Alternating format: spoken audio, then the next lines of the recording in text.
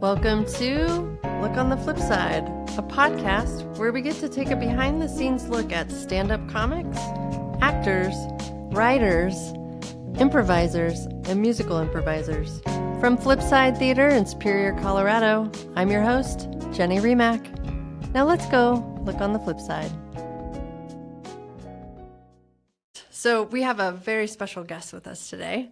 She's an improviser, facilitator, and educator who uses improv as a tool for connection, emotional expression, and playful growth. With a background in early childhood special education, she brings a trauma-aware and neurodiversity-affirming lens to her work. She is grateful to have trained with teachers from a wide range of improv styles and approaches, which informs her flexible, human-centered performance and teaching philosophy. She believes improv is a team sport and is passionate about collaborative play and shared discovery.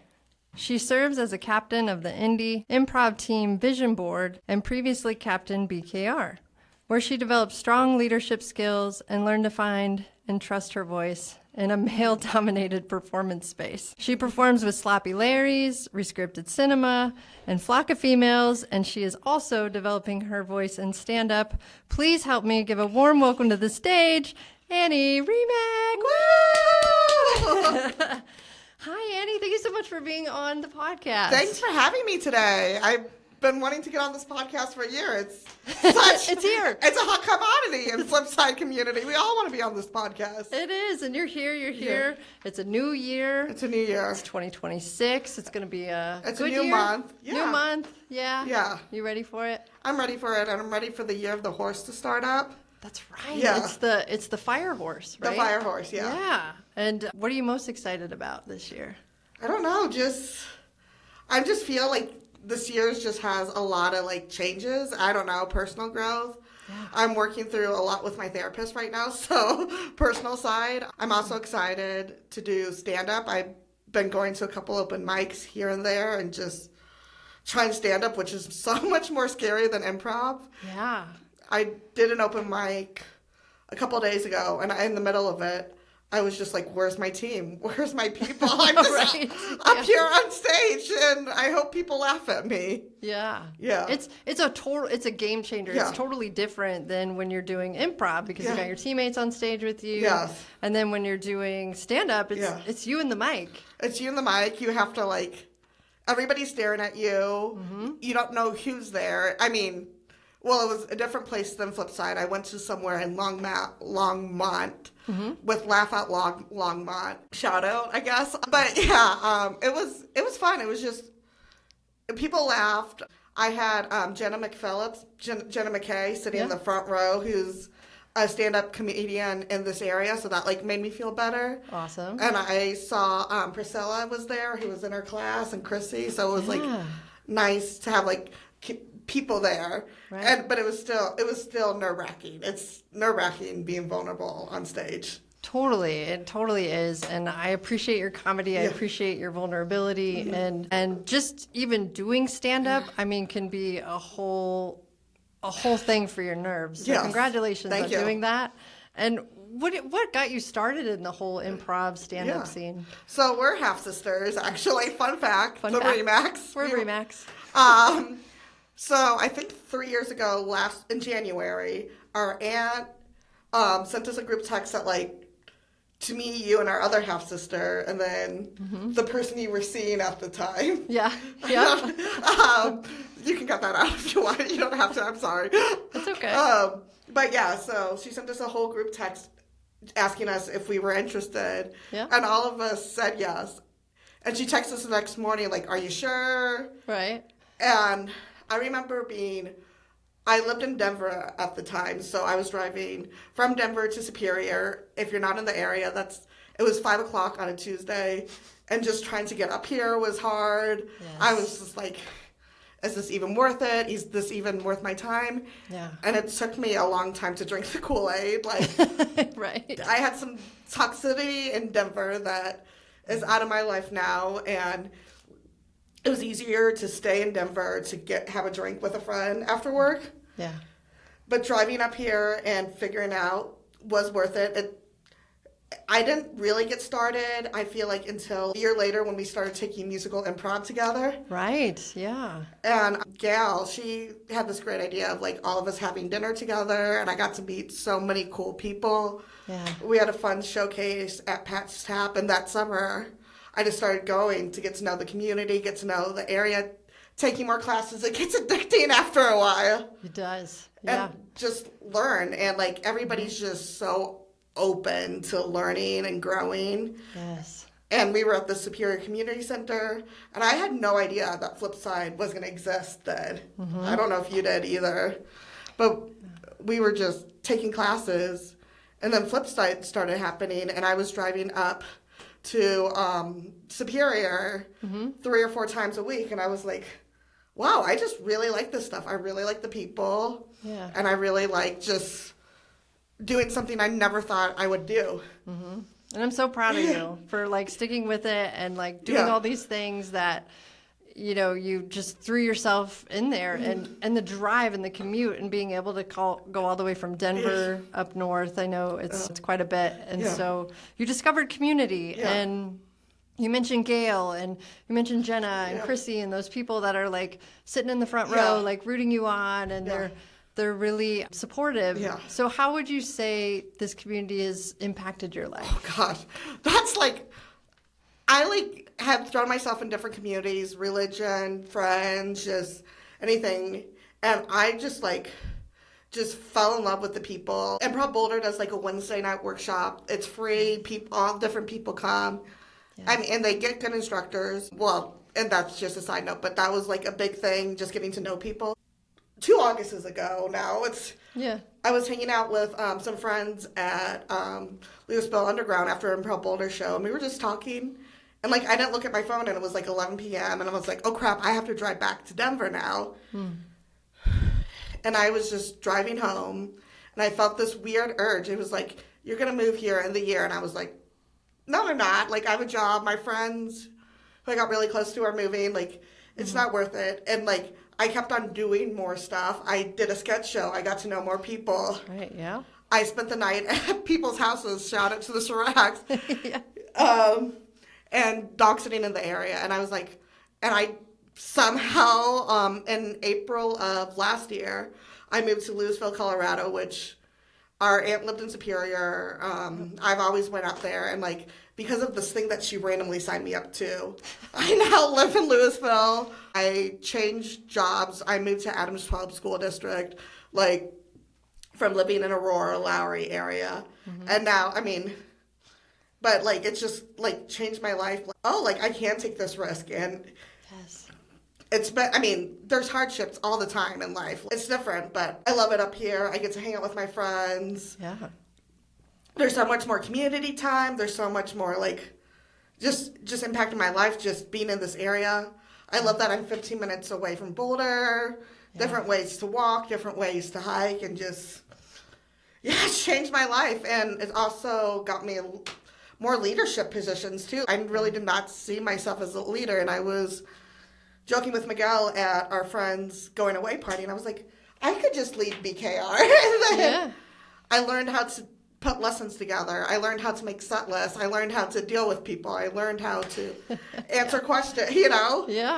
And like just kind of impacting it as a special educator. I'm a case manager in my job, and I have to deal with people every day, all day. I have to tell people to put their stuff into an IEP, which is an individual education plan, and like just this leadership skills and like finding this newfound confidence of like being seen on stage. Oh, I love that, Annie. There's some to unpack there, so I want to go with. It's amazing that you met this community. You have literally, it's transformed your life. You moved up here to be closer to the Connects and the Sirachs. Shout out to the Sirachs. We love great. The Sirachs. Yeah, and so being able to, you're just talking about like finding your voice and being able to take risks, and it's helped you develop as a leader, and you're a great leader, and you were leading BKR, and now you can like show up in a space with confidence and know that you got this, right?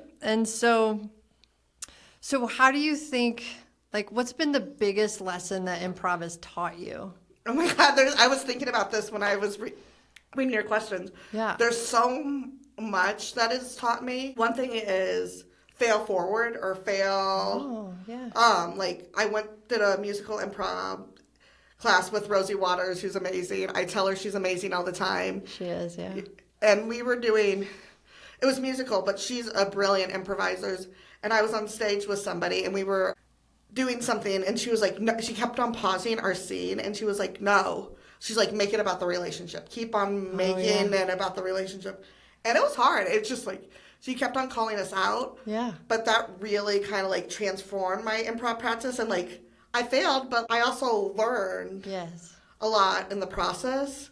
Totally. And then another thing too is just in the moment. Like, I love shows where I do a lot of short form improv, which is a lot like Whose Line Is It Anyway? With our flock of females and Be Kind, Rewind. Uh-huh. And I love short form because you can just leave it all on stage. Like, you don't like, as soon as that's over, it's done. Yeah. And like, in life, you only have one chance. You have to listen to the person next to you. You have to follow through. People are kind of watching, but it's different kind of performing. And so it's just, you just leave it all there. And once you leave it all there, it's there. And you can't go back. Yeah.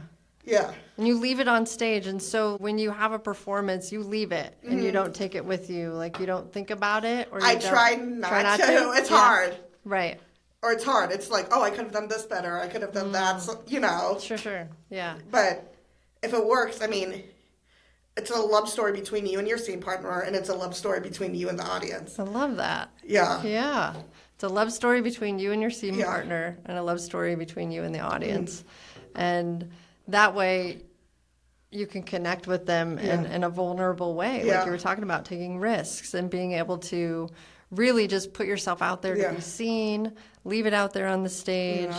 And Rosie Waters, shout out to you. You are amazing. Yes. And her being able to just pause you and be like, no, it's about the relationship. It's about the relationship has really, and I've seen you grow over these last few years. And it's been amazing to watch and see the connections that you have with people and how you really lean into that relationship piece. Yeah, that's really cool. Yeah, so, it's fun. It's been fun.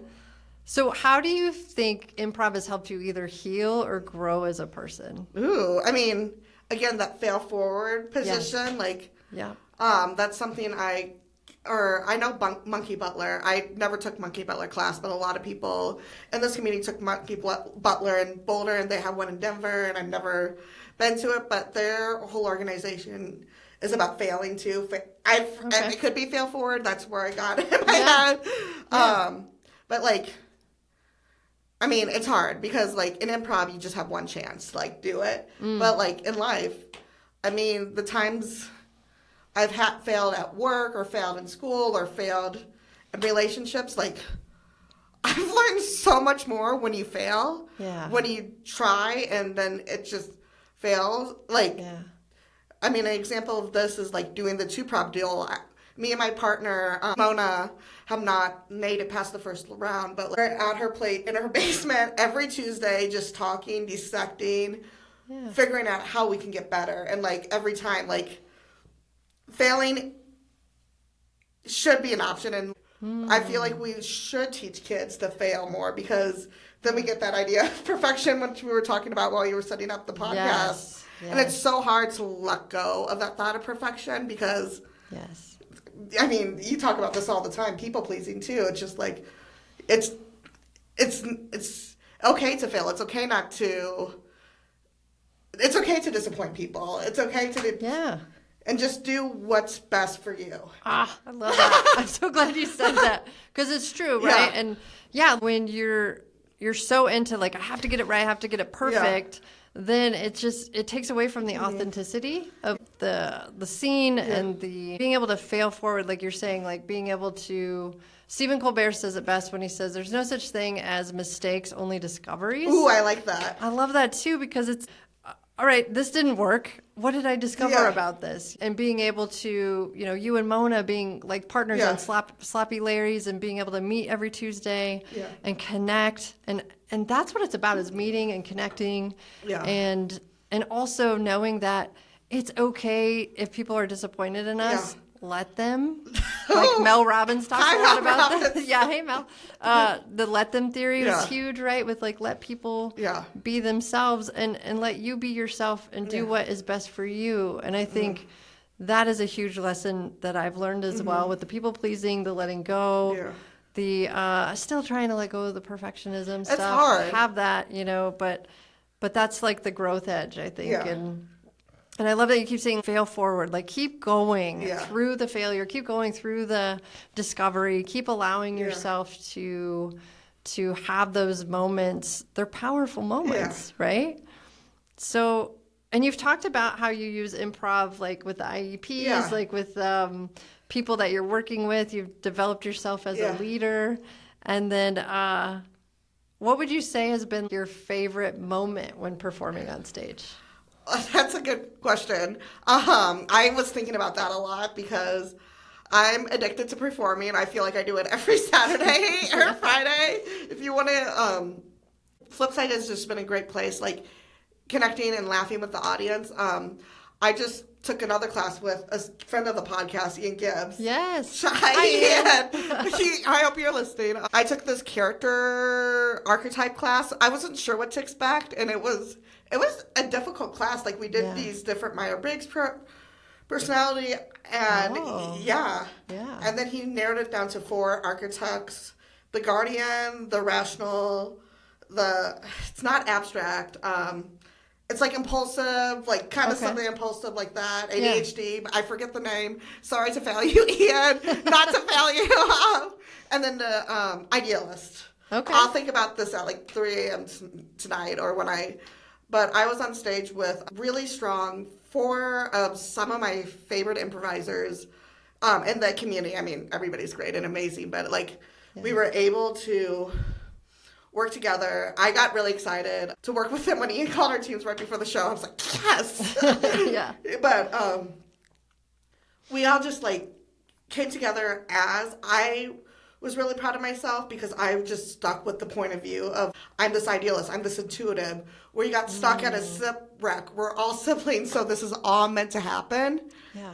And we had to do part of the class, part of the performance is that all 4 characters had to be on stage at first. Okay. And then somebody swiped the scene, so. Okay. And I decided, I had no idea what to do in that moment. There was like a wall. The audience could not notice it. Mm-hmm. And my archetype was the idealist, the spiritual, the intuition, the healer. I started meditating on stage. Yeah.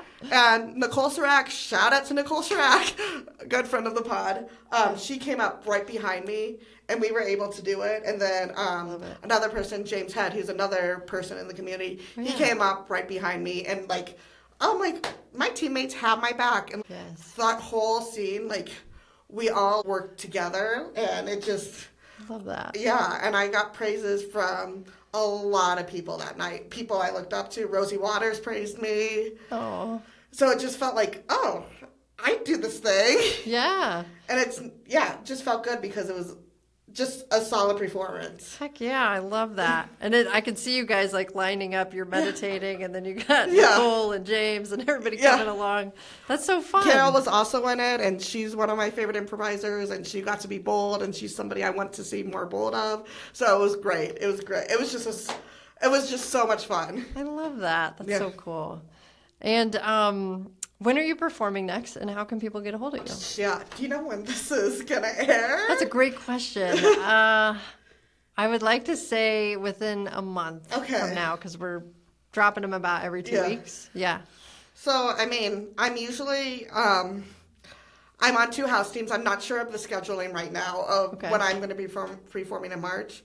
Yeah. I'll be performing probably a Saturday, the 3rd Saturday or the 4th Saturday with Flock of Female. Yes. Yeah. Rescripted Cinema performs here. There's something shifting around here, so just look at the Flipside website if you see Rescripted or Flock of Female. And Rescripted Cinema, how would you describe that? Like it's like mad science theater. It's like dubbing. You're on it. Dubbing, yeah. Our aunt's on it. It's a fun family affair on Saturday morning. Yeah. It's dubbing movies. But we are acting it and we're making it our own. Yes, that's a beautiful way to Yeah, describe it. Awesome. And how can people get a hold of you? What's the best way if they want to get in touch? I mean, if you're an improv person, if you're on Slack, just look me up on Slack. You can send me a message. Perfect. I'm alive. I'll reply. I'm not scary.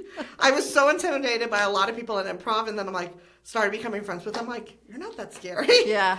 And then I have an Instagram that I'm trying to start up. I don't know if it's going to, it's called Annie and Improv. Cool. All one word? All one word, just Annie and Improv.